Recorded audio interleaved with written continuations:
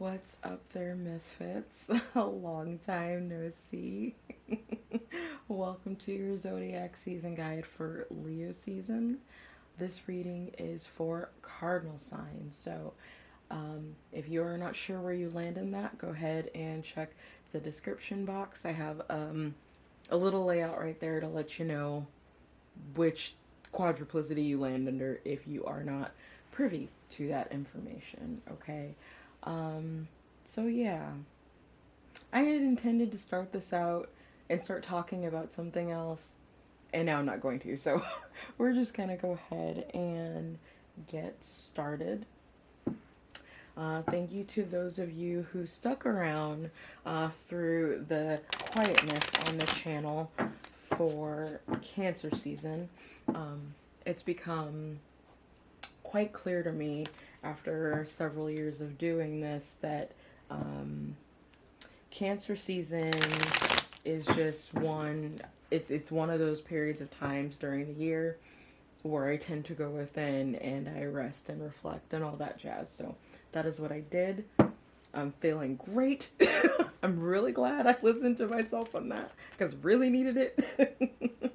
So yeah, and just to let you guys know, coming up that will be the same for Capricorn season as well. Now, how about that synchronicity?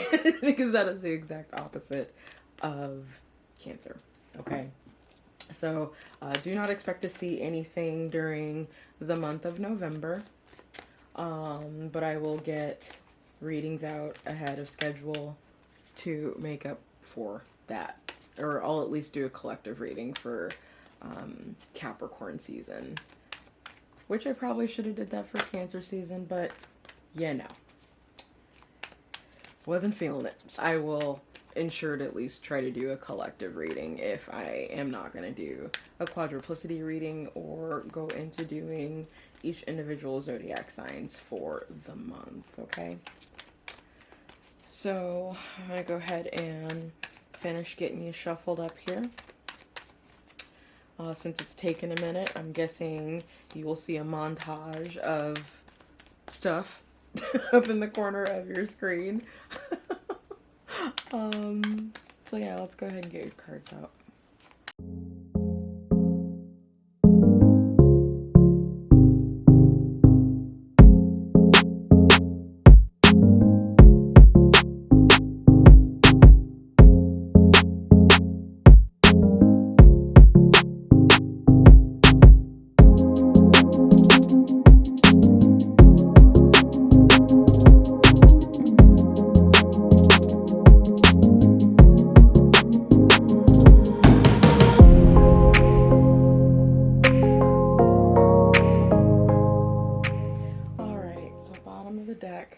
You've got the Emperor. Very, very interesting energy indeed, cardinal signs. Whoops, did not mean to hit the camera there. Okay, so you've got the Page of Wands, the Seven of Wands, the Six of Cups, the Nine of Swords coming up as your tipping point, followed by the Fool, and then the Two of Pentacles and the Tower. So I feel like Leo season, cardinal signs, is going to be very groundbreaking for you. I feel quite a few of you are losing sleep. And here's the thing. This is actually quite interesting. But here's the thing. Okay. The Nine of Swords is considered like the nightmare card. It's the insomnia card. It's the things that keep you up at night and prevent you from resting, okay? And because that's falling into your tipping point and what's surrounding it, I feel like for you that this is being stuck at some type of crossroads between the past and the future, or what's new, what's to come, okay? Some of you might be trying to figure out how you can balance something that you've always done with something that you want to do now. And what I'm gathering from the Tower moment coming in at the end, the bookend of your reading, is that you need to choose one. Unfortunately, you do not get both, okay? So you need to make a choice which way you're going to go. Are you going to go and invest into the past and double down on that? Or are you going to choose to move forward into the future, into something new, and let go of the juggling act? Okay? Because here's the thing, I feel like if you, try to keep a grasp on whatever this energy is that's old, okay, that the tower moment that's coming up for you, and it is coming. I'm not necessarily seeing a way that this can be avoided here, especially because of where it's landing in your reading. But I feel like if you don't loosen the reins or let go, walk away from what it is that's old and no longer serving, and you try to juggle that with all of the new energy and opportunities that are coming in for you, that you will lose both. Little sombering, okay? But that's what I see. All right. Now, when I was shuffling your cards, very interesting things happened while I was doing that. But I feel like the number 2 specifically is a synchronicity for you. And I say that because you ended up with 2 cards, both for your theme and also for your lesson, your soul lesson for this period of time, okay? So the card that flipped over on its own, which is very interesting, after looking at what has come up in your tarot cards, and it says to follow your dreams. Okay? And then environment. Alright, so, and that's interesting, 44. That's very interesting. So you've got 2 synchronicities here of 2 and 44. Okay. So what I feel like your theme is speaking to the most is this energy right here of the 6 of Cups, the 9 of Swords, and the Fool. You're in this position, or I should say, you're about to be in this position here with the Fool of being put in such an environment where it is more fertile for you to sow the seeds of your dream or whatever it is that you want to go after. Okay. You're being given the opportunity to do that. So, and I keep coming back to this Tower card, like, the Tower is coming regardless. That is what I do see. Okay. But the Tower does not necessarily have to be quote unquote bad if you do this work of releasing the past and leaving it where it should be, in the past. All right. Let's look at your clarifiers.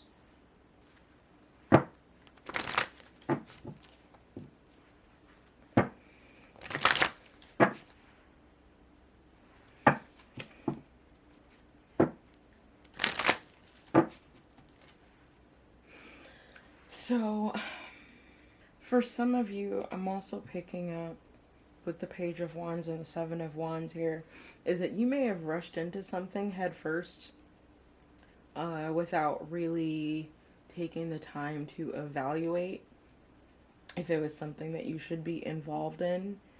And it's almost as if now you've been put in a position where you need to be, where you're being put on the defensive, let me put it that way. Okay. And again, this has got something to do with the 6 of Cups. I just don't know what. So we're going to look at the 6 of Cups. And then we're going to look at the entirety of this section right here of the Fool, the 2 of Pentacles, and the Tower. Because it's quite a combination. It almost speaks to an explosive beginning. Explosive beginning. Yeah. Okay, let's look at the 6 of Cups first.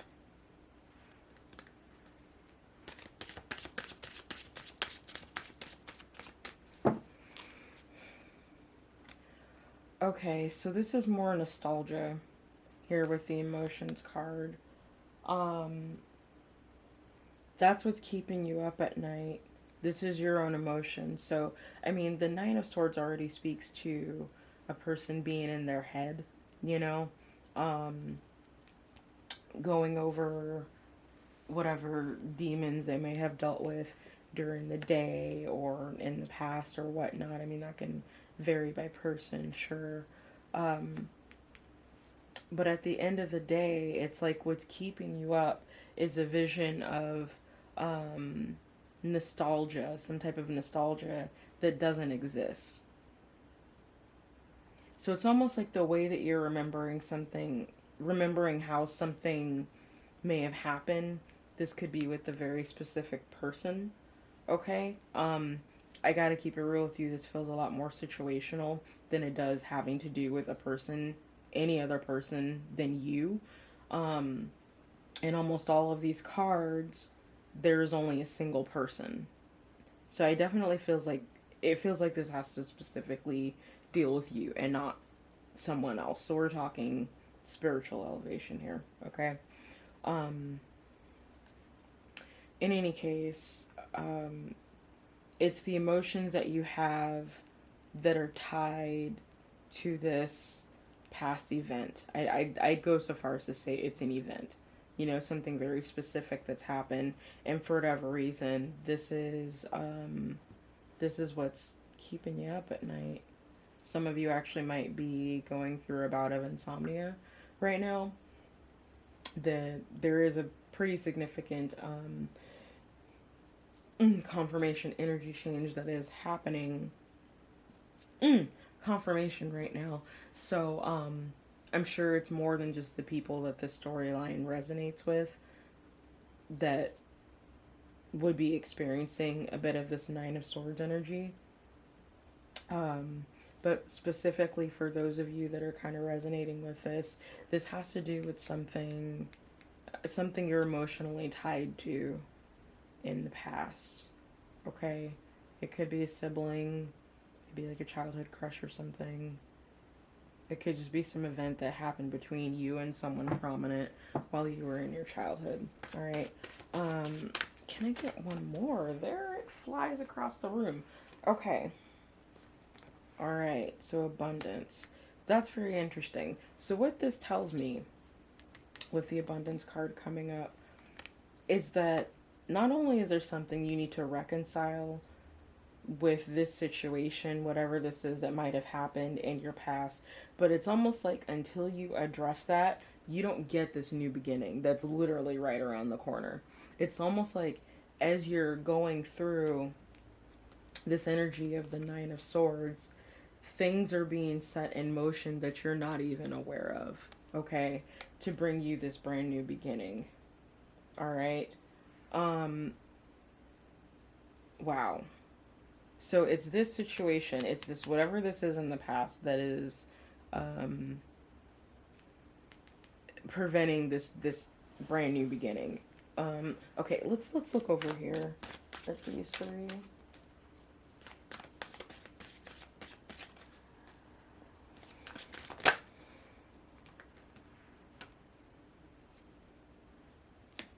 Okay.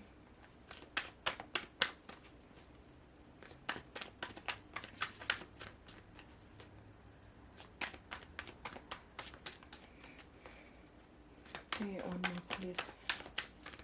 Oh, and there you are. Okay. Yeah, what this is telling me, cardinal signs, is that the entirety of Leo season has to do with you learning to master your emotions. Okay? Especially in regards to things that may have happened in the past. Like, it's really weird because I don't normally get something like this from the Six of Cups, but I feel like whatever this is was a very significant event for you. If that wasn't the case, it wouldn't be keeping you up at night however long ago, this was. For some of you, this might have been when you were 6 years old. For others of you, it could have been something that went down about 6 years ago. Okay, 6, 7 years ago. Yeah.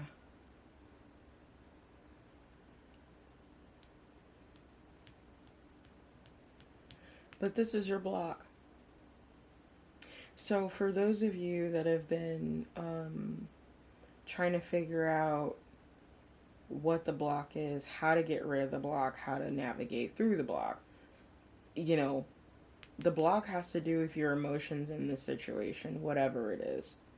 Okay? And again, I'm getting the ages of either 6 or 7, or this is something that occurred about 6 or 7 years ago. Okay? But yes, this has to do with mastering your emotions, recognizing that even when giving or investing into something that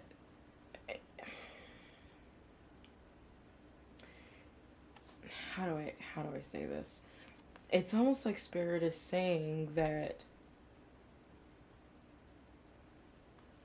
wisdom to some degree or another involves sacrifice. So in order to learn from whatever this emotional situation is that has kind of got you in your grips right now,